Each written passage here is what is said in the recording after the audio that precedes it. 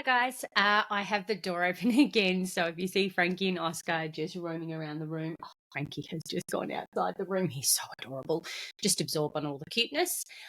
So welcome back, my fellow peanuts, and welcome to anyone who is new to the channel or to this podcast. Now, this podcast covers true crime cases that may not be suitable for young listeners. There may be violent or graphic content. Listener and viewer discretion is advised. I'm really, really excited for this one, guys. I've got to be honest, I've sort of been wanting to do this one for just a little while. It's sort of been on my to-do list and all that kind of stuff. So it's one of those things that I was always like, do I wait for the right time? What do I do? I have mentioned it on a couple of other episodes, but I thought, given that this one's fascinated me for a really long time, I'm just going to do it. So today we're going to be talking about the Hillside Stranglers. These guys are a couple of serial killers that have really intrigued me. Now, for one, because they were cousins. So clearly evil runs in the family, but what the part that interests me the most is one of the cousins wasn't blood related. So that kind of made it a little bit more interesting for me. Now, it was around about this time in California, there was like 5 serial killers that were active. Now, we've already talked about 2 of them. One of them was Rodney Alcala, the dating game killer, and Lonnie Franklin, the grim sleeper. A serial killer as well was the Golden State Killer. He was active as well. And I think there was another one, the Southside Slayer. I can't quite remember the timings, but the police had a lot of murders on their hands. So I can sort of see why they got away with it for so long. But let's be honest, there was only really a year of murders from the Hillside Stranglers. However, Kenny would make it all fall apart. So these guys are cousins, but they're not blood related. But once they got together, the women in California were for sure not even remotely safe. I know that we're meant to be doing a serial killer from each state, but California's just got so many of them to choose from, and I get really sidetracked, and then I go down a rabbit hole, and then it's just like all of this information, and then I'm like, well, you know what? It's my podcast. I do whatever I want from episode to episode. But definitely this is not the first time I've talked about a pair of serial killers. So remember my episode on Henry Lee Lucas and Otis Toole. I touched on that podcast that there's always a dominant and there's always a submissive in these type of relationships. It keeps a bit of a balance. Now, I suspect that Angelo was the dominant and Kenneth was the submissive. But to be fair, guys, they were atrocious once they got together. So really, it doesn't matter whether they were submissive or dominant. So our serial killers today are called Angelo Buono and Kenneth Bianchi, I think is the way you pronounce it.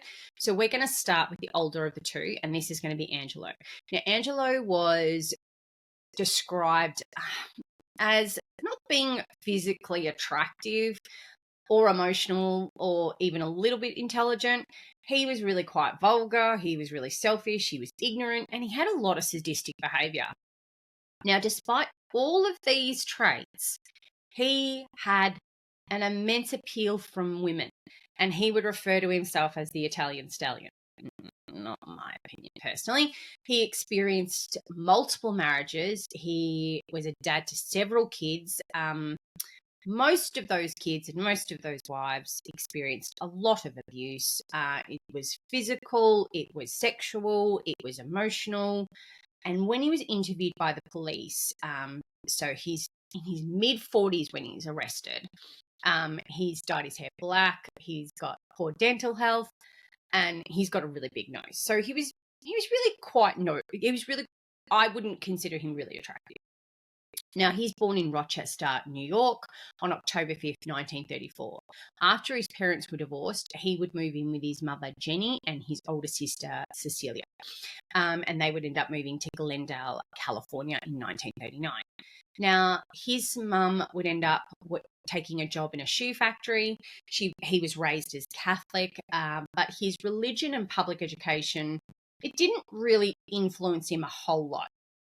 He received very little education in terms of spiritual, moral, and academic aspects. So he's not really educated in a big way. He developed a really really deep loathing for women, and he had a real desire to humiliate them and hurt them. He would even call his own mother a whore, and worse, he would actually say it to her face, but he would be really emotionally tied to her until she passed away. He would often brag that he had raped and sodomized women even as a teenager. He was really well known to the police as a teenager. He would be stealing cars, forcing himself onto women, using any type of weapons just to get what he wanted. And yet he was always able to somehow get them the old-fashioned way, wooing them and stuff like that. Women or girls were attracted to this incredibly brutish man. So in 1955, he married his high school girlfriend after she became pregnant. He left her within a week. Geraldine would end up giving birth to a little boy by the name of Michael in 1956, and he would refuse to support them in any way, shape, or form, and he wouldn't even let his own son call him dad. He ended up being in jail for car theft when Michael was actually born. He ended up having quite a number of different children. There was Angelo. He married Mary Castello. She gave him several children. That was Peter, Danny, Lewis, and Grace. We're going to remember that name for later in the podcast, guys. Mary would end up filing for divorce because of his particularly violent and perverse sexual needs. Plus, she got really sick of the emotional and verbal abuse. And in one of the articles I read, Mary would actually speak of a night in the first year they were together when Angelo had tied her to the bedpost and raped her violently.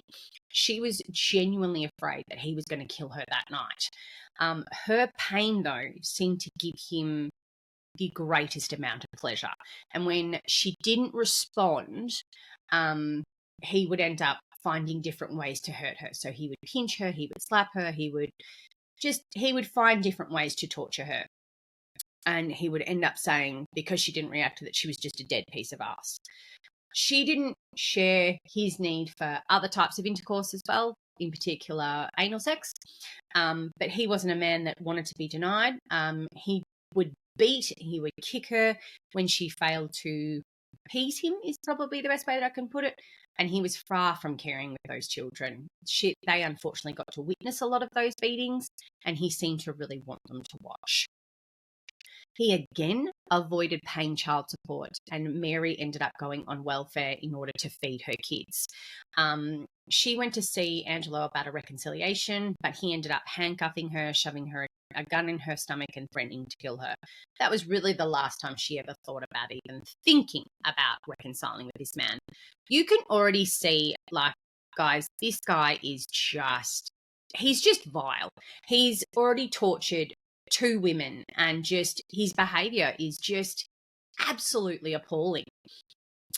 So Angelo, he ended up starting to live with a 25-year-old mother by the name, she'd already had 2 children. Her name's Nanette. He had Tony and Sam as well. She was treated just as badly as Mary.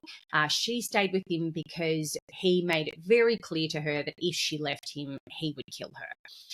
She decided to risk it all a couple of years later, and the reason that she decided finally was because he was actually abusing her 14-year-old daughter. He had actually used the words, "she needs breaking in." He would brag to his friends that he had raped his stepdaughter, and that he planned on turning her over to his sons. I don't know if that was ever true or not, but if this is the way he is already thinking or he's already behaving, and he's got all of these things, it's just disgusting. Like, we're already seeing this torment for women even before he's killed them. He would once again marry. He would marry a lady by the name of Deborah. They never lived together or divorced. He'd actually ended up establishing himself as a really good auto upholsterer. So he ended up purchasing a property for a home and a shop. He definitely preferred to work alone. He needed privacy, I think, for what he wanted to do in his own home and his shop. He was definitely very arrogant, independent, and that commanding sort of nature made him really popular with the girls in the neighborhood. And obviously they're fairly naive. They don't really know anything about sex.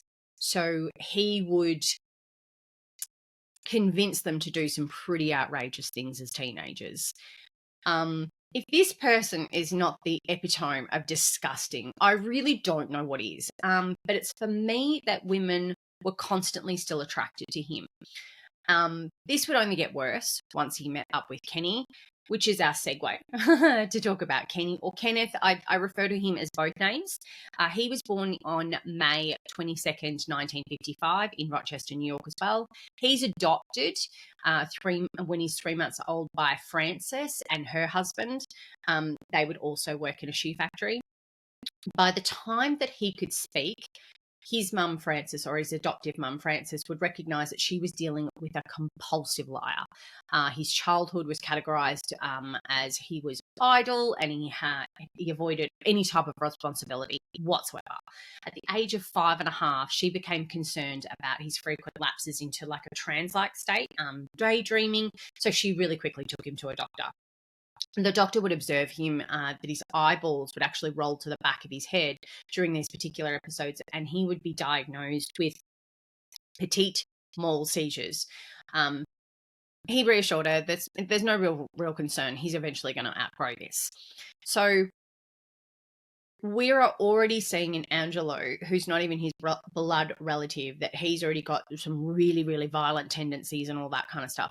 We're seeing in Kenneth, before he's even hit puberty, that there's just something not quite right about him. Now, I'm not saying in any way, shape, or form that this is an excuse. Kenny didn't have the easiest of upbringings before he's even 3 months old. His mum was a drug user, I believe, and that's why she gave him up for adoption.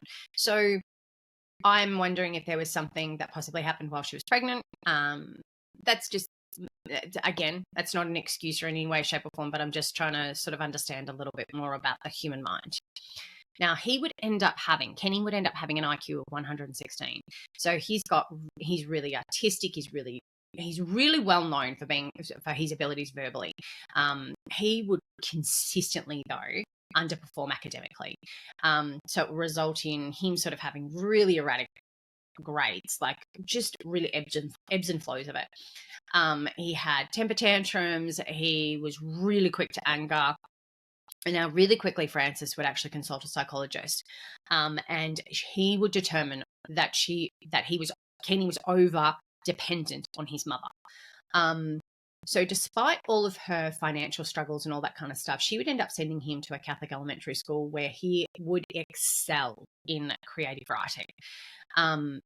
Her husband would end up dying of a heart attack when Kenny was only 13. So she had to begin working in order to support them. He would end up attending a public high school. He was really polite. He was really neat, but he sort of avoided any of that hippie lifestyle in the 1960s. He had really high expectations of women and often would become really angry and bitter when they failed to sort of meet up to them. He's heavily influenced at this stage by his Catholic upbringing, and he confused everyday women with the Virgin Mary and denied female sexuality despite also being really attracted to it. He was critical of all the revealing clothing, and he demanded absolute fidelity, whereas himself, he would be dating multiple women at the same time. So he didn't need to be that type of purity, but the women that he dated, he required them to be that pure and that innocent. It's really intriguing for me because this is not the first time I've sort of heard about this type of thing. And look, it's a balance, right? It's definitely, sorry, that's a bad way to put that. It's not a balance. It's that men have this idea of what women should be like, and that we should be perfect and we should be this, and you should be the Madonna and you should be the whore. Again, I apologize for the way I've worded that, but that's where, it's very contradictory of the expectations of what men, and you know what, and me as a woman personally, I don't think that you should have any ideals of what you should be according to a man. That is just my personal belief.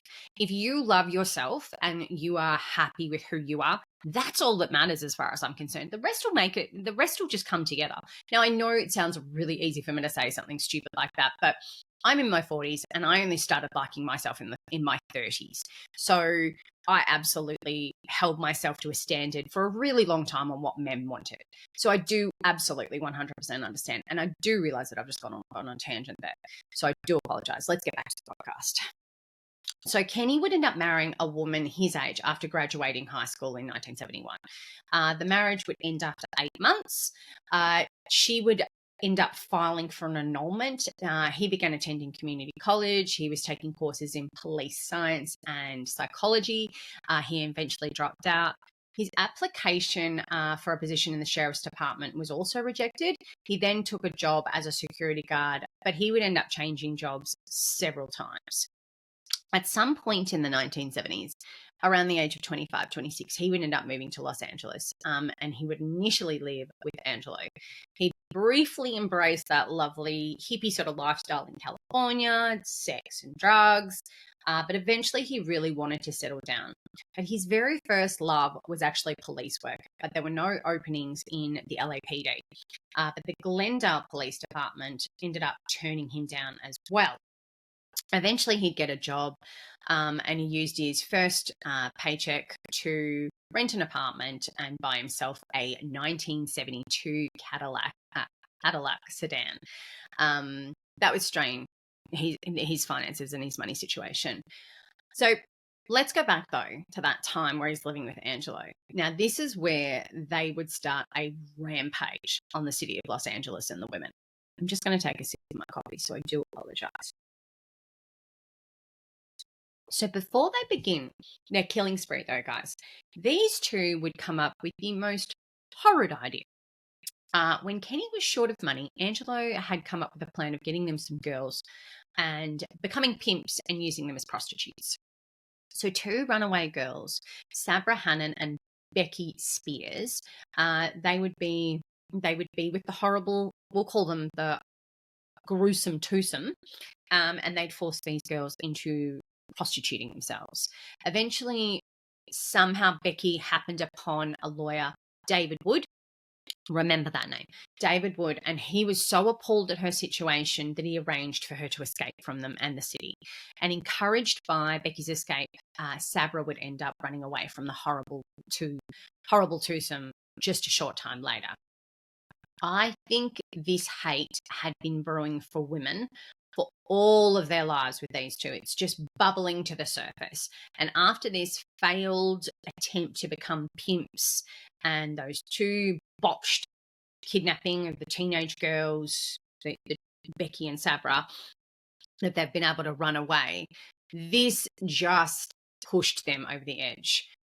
By the way, I say this with the most amount of sarcasm, that they are punishing women for all of their grievances. So, yeah, let's just not go there. Now, there are 10 known victims that we're going to go through now. That's 10 known victims of the Hillside Stranglers. Remember that factor. We're going to see some of the victims that they are sex workers again. This time, I don't think it was necessarily ignored, right, guys? I think this was during a time when Los Angeles had a lot of crime, or California even itself, right? But LAPD in particular had a lot of murders on their hands. So I don't think they knew which murder to tackle first and all that kind of stuff. So this is not a podcast where I'm probably going to have a lot to say how sex workers were ignored and these type of circumstances. I think when you have 5 active serial killers in an area, it is very hard to determine. Do I think that it would have been hard to put them in a category of sex workers and they just sort of put them to the side? It wasn't until sort of victims became younger and a little bit more innocent that it did take a little bit more of a turn. However, I think it had more to do with the murders itself rather than what their jobs were. The first known victim is Yolanda Washington. She's a 19-year-old sex worker. She works a particular area of Sunset Boulevard. Her naked body would be found in October 1977, in particular October 17th. She's found on a hillside near the Forest Lake Cemetery. Her body had been cleaned before it had been dumped, and there were faint rope marks of that had been visible around her neck. She'd been beaten, she'd been raped, and she'd been strangled to death. But she's definitely the first confirmed victim of Kenny and Angelo. They picked her up and killed her in their vehicle as they pretended to be police officers. This would not be the first time they're going to use that ruse, so you're going to see it quite common. Unfortunately, our next victim is Judith Miller. She's only 15 years old. She was a student at Hollywood High School, but she apparently also worked as a sex worker. It was along a block of Sunset Boulevard. She was looking for clients when the gruesome twosome would actually approach her on Halloween in 1977. She was murdered in Angelo's upholstery shop, and her body was dumped next to like a little flood control channel. I don't know how to describe it, but there are some pictures. So her naked body was discovered face up in a parkway in the hills above Glendale. So it's near that sort of flood channel. Her legs were actually posed in the shape of a diamond, and she'd been raped, sodomized, and strangled. Her neck, wrists, and ankles all displayed evidence of ligature marks as well. Now, 5 days after Judith was found, we've got Lissa Caston was found. She was a dancer and a waitress working in North Hollywood. Her body was found on November 6th, 1977, next to a country club in Glendale, California. Country club in the Chevy Chase Canyon neighborhood near Glendale. She's also been beaten and raped, and she hadn't been thankfully sodomized, but she'd also been strangled. She's got rope marks again, so we're seeing the rope marks on the neck, ankles, and wrists.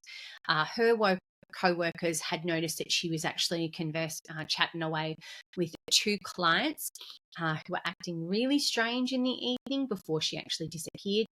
But in addition to working full-time, she was also a professional dancer in the all-female dance and cabaret troupe, the LA Knockers. But unlike the previous victims, she apparently was not a sex worker or drug user or a runaway. So they said that the Stranglers apparently followed her after she'd finished work. They pulled her over near the street that she lived on, and they presented police badges and told her that they'd been detectives. They then would handcuff her and told her that they needed to take her in for questioning. We do have one known survivor of these 2.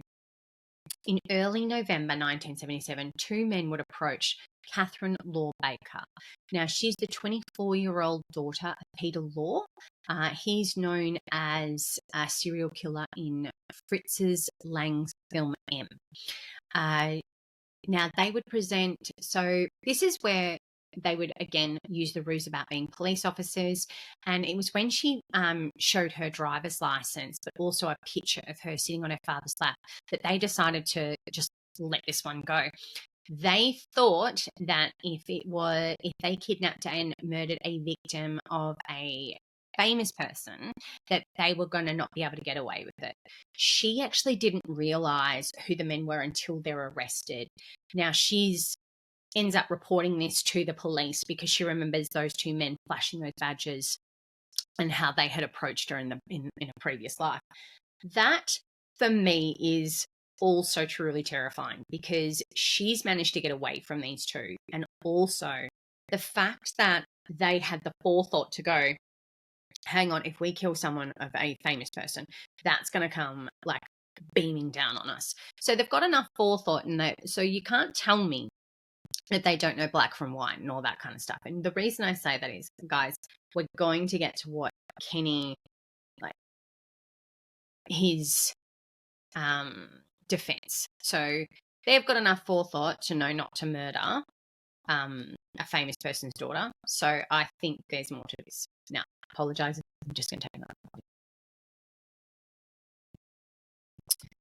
The next 2 girls, unfortunately, are just really shocking. On Sunday, November 13th, 1977, two girls, a 12-year-old Dolores, otherwise known as Dolly, and a 14-year-old Sonia. They got on a bus in front of a shopping mall called Eagle Rock Plaza, and they were just about to head home.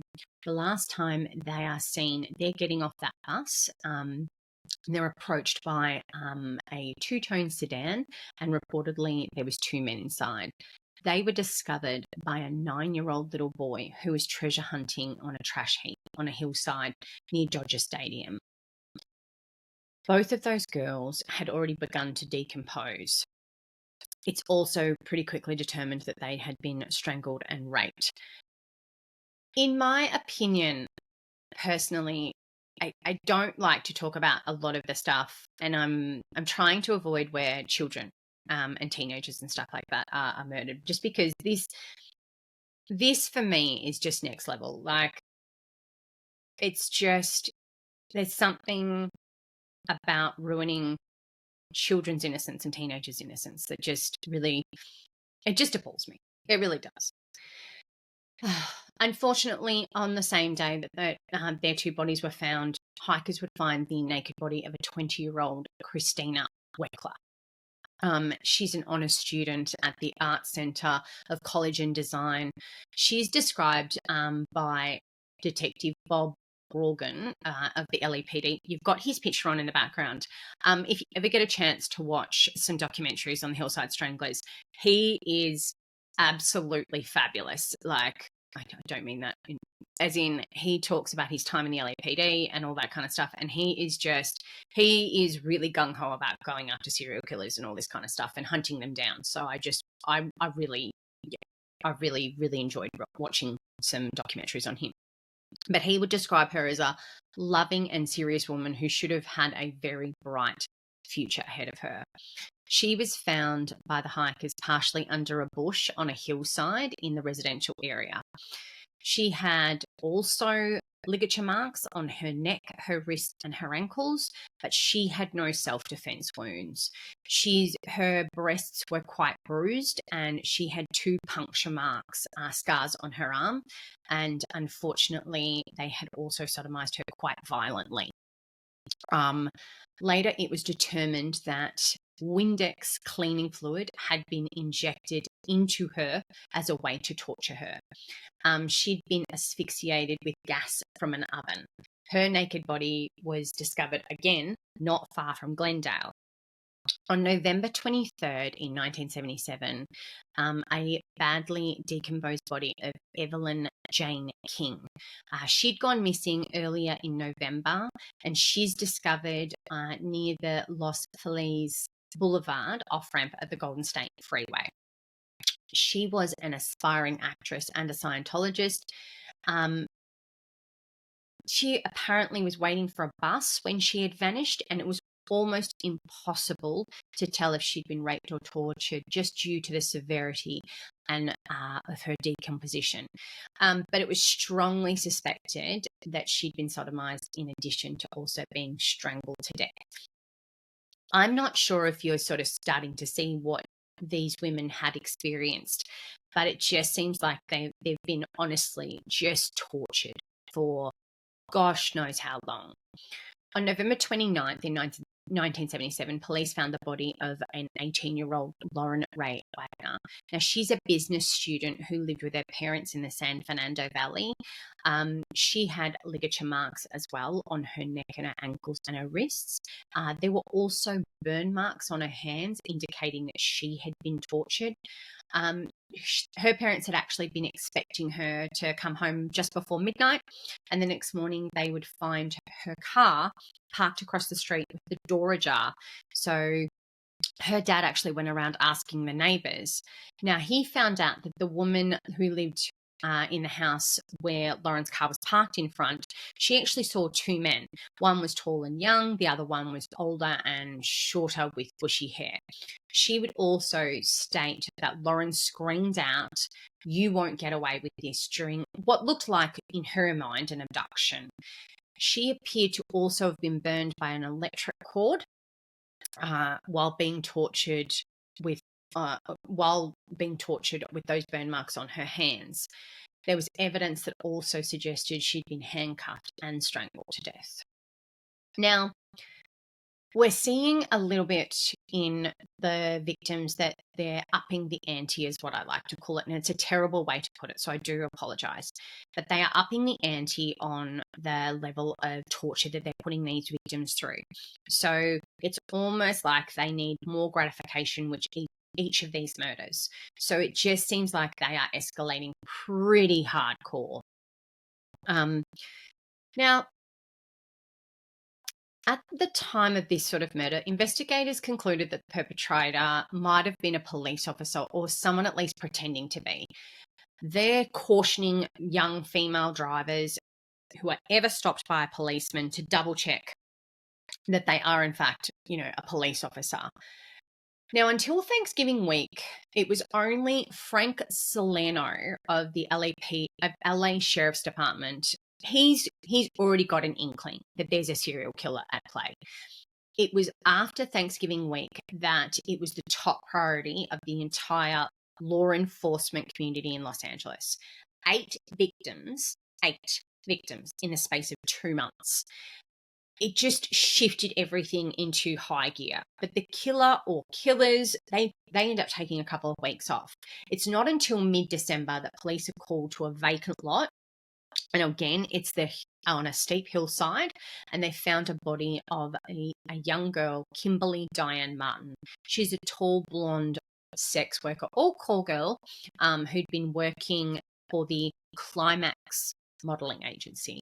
This time, the police department, they had 2 what seemingly looked like good leads. Kimberly's last client had beckoned her into an apartment, apartment 114 at 195 Tamarind, which turned out to be a vacant apartment at the time. But the murderer had called from a payphone in the lobby of the Hollywood Public Library. Unfortunately, nothing came from these leads, but the police did not make any immediate arrests, but things had become a little bit more quiet. There were no more victims, at least in December or January.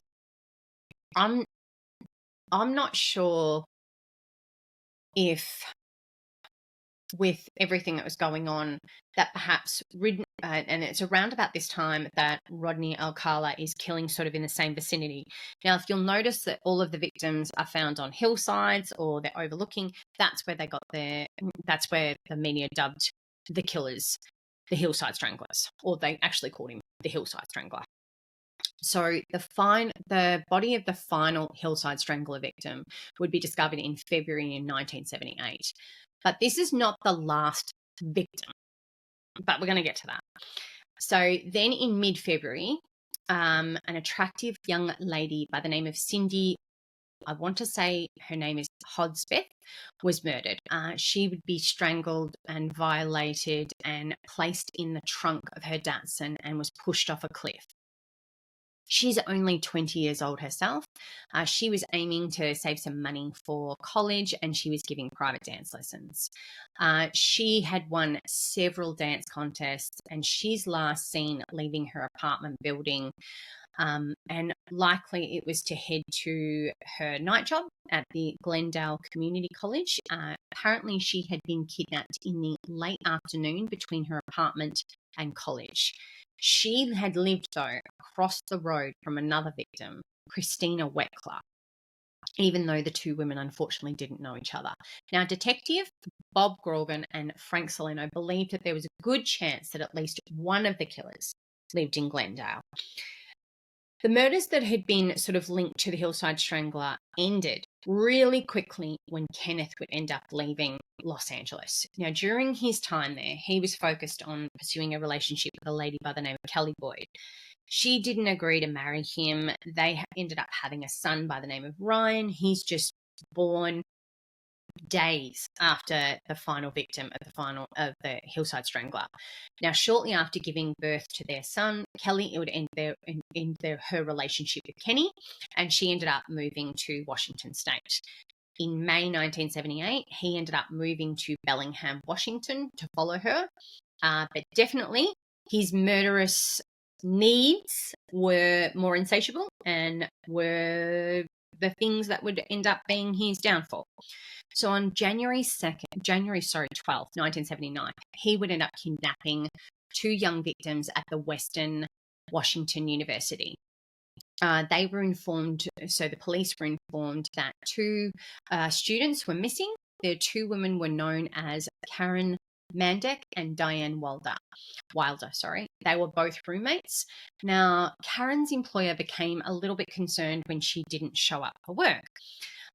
He recalled, though, that she'd actually accepted a job house sitting in the Bayside neighborhood from a security guard that she sort of knew, like acquaintance more than a friend. They quickly identified this security guard as Kenny, and shortly after a media release detailing what Karen's car looked like, a woman called that a car had been abandoned near her home in a heavily wooded area. Inside that car were the bodies of Karen and Diane. Both had been strangled, and other bruises suggested that they had been subjected to other forms of torture. Now, the Bellingham police, they would mount a first-class investigation of forensic evidence. They were exceptionally thorough at handling every single fibre, every single hair. Pubic hairs actually ended up falling from Diane's body as they lifted her from Karen's car, but they had actually a white sheet to catch any type of evidence, because they definitely didn't want anything slipping away at this stage. So more pubic hairs were found on the steps of the Bayside home. Fibres from carpets of that home matched the fibres on the dead girls' clothes and also their shoes.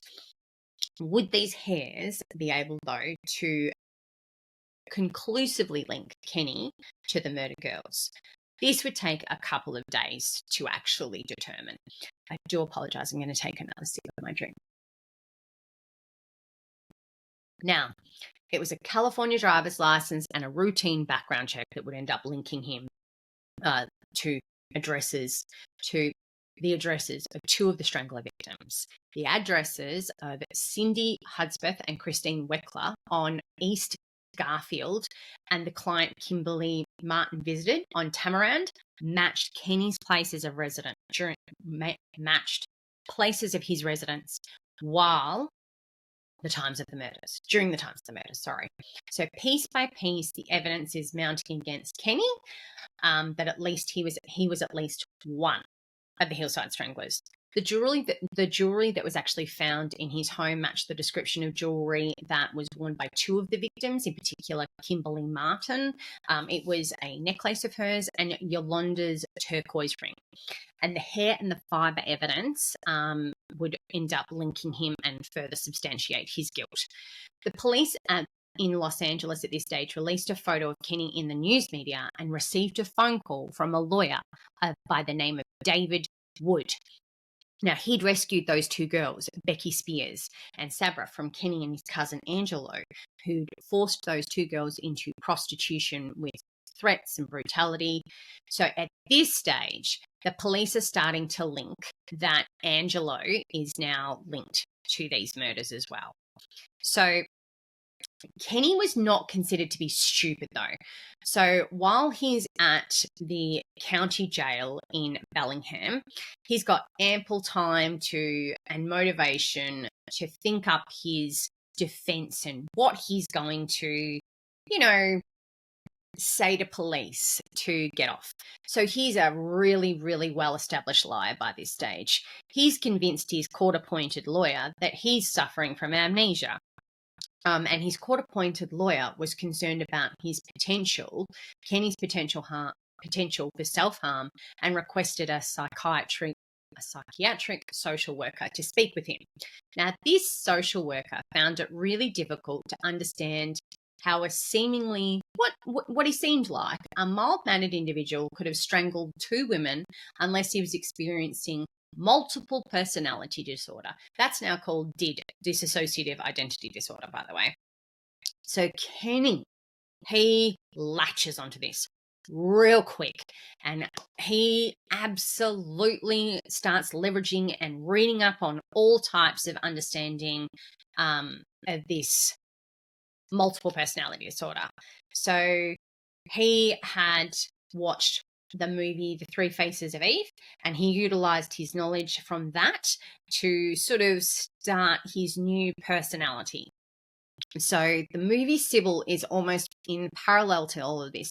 The movie Sybil also dealt with multiple personalities, and this has been broadcasted before Kenny's interview with one of the psychologists, Dr. John Watkins. He's an expert on multiple personalities and amnesia. Now, this was the preliminary interview that was going to step them towards an insanity plea. He had meticulously prepared. Kenny's meticulously prepared for his interaction with Dr. Watkins. It's during this session that Dr. Watkins believed he'd actually hypnotized Kenny, and this is where he showcased his new alter ego, Steve Walker. Now, according to Kenny, it was this persona that, along with his cousin Angelo, committed the murders in Los Angeles and compelled Kenny to murder those two victims in Washington. Despite Kenny's efforts, he often slipped, referred to Steve as he instead of I. A detective immediately notices these mistakes, but Dr. Watkins, who's, I would think, that fairly observant, he didn't. So while disturbing for the detectives, while it's disturbing for them to see that he's going to get away with it, Kenny's already implicated Angelo. So the prosecution wanted to aim to disprove his insanity defense. So Dr. Martin Orne, an expert on hypnosis, tested Kenny to see if he was faking. Kenny failed 3 out of the 4 tests, proving he was pretending to be under hypnosis. He would set up another trap by suggesting that true multiple personality disorder typically includes more than 2 personalities. As if on predictably, he's invented a new persona named Billy and soon added 2 more. So the Los Angeles District Attorney's Office offered Kenny a deal: plead guilty to the Washington and some of the Hillside Strangler murders for life with the possibility of parole and serving time in California, whereas in Washington, they were going to go after the death penalty. In return, he had to testify truthfully against Angelo. His choice between death in Washington or life in California, he absolutely readily agreed, as you would. So the Los Angeles detectives then interviewed him to check his credibility. Attorney Roger Kelly, he conducts 2 interviews, hoping to gather evidence against Angelo. At this time in California, an accomplice's testimony is not enough to go for a conviction. It needed corroboration for other evidence. Kenny described how he and Angelo pretended to be policemen. They had fake badges to support the charade. And with the victims who were prostitutes, it was really easy for them to get in the car. For the nice girls, they were a little bit harder to manipulate, according to Kenny. But an important moment came in these interviews when one of the detectives asked Kenny what type of material was used to blindfold Judy Miller. Kenny thought it was foam that Angelo used in his auto upholstery business. The little piece of fluff that was found on the dead girl's eyelids could be just the kind of corroborating evidence that they needed to nail Angelo. Kenny eventually realized his situation, and he was trying to blame it all on Angelo and trying to blame it all on someone else. However, his lawyer, citing the evidence, persuaded him to admit his guilt and just accept the punishment. So he is sentenced to 2 life terms in Washington, but he's then transferred to California for his additional life sentences. So it's totaling somewhere about 35 years. Not nearly enough time as far as I'm concerned. Angelo was arrested on October 22nd in 1979 after Kenny had implicated him in the murders. Bob Grogan arrested Angelo and found his wallet, revealing the outline of a police badge that had been used in the murders. But the prosecution in California, they were actually not going to bring charges against Angelo, just because Kenny is a habitual liar, and he's really bad on the stand. It's seeing that perhaps the prosecution is saying, hey, this isn't going to go our way. And Kenny, knowing full well that it's not going to go his way, he's starting to become really unmanageable. The police in California hated him, and they made it really clear to him. Kenny could not accept their disapproval, and he starts to make up stories. He's dreaming up different men that are responsible for the killings, because he started to feel guilty about how he implicated Angelo, and Angelo's now going to do the time. So consequently, they both should be doing the time. They both murdered them. His credibility, though, as a witness against Angelo, it's destroyed at this stage. They almost made the worst mistake of their life, and they almost withdrew all those charges against Angelo. But that didn't happen, thankfully, to a judge. A judge was like, that's not going to happen. So Angelo's trial, it's known as the longest in American legal history. At this stage, I think it was. And it lasted from November 1981 to November 1983. I think the Menendez brothers was longer, if I'm correct. Kenny would testify against his cousin for just a lighter sentence. The jury would end up convicting Angelo of the 9 murders, and they'd sentence him to life imprisonment.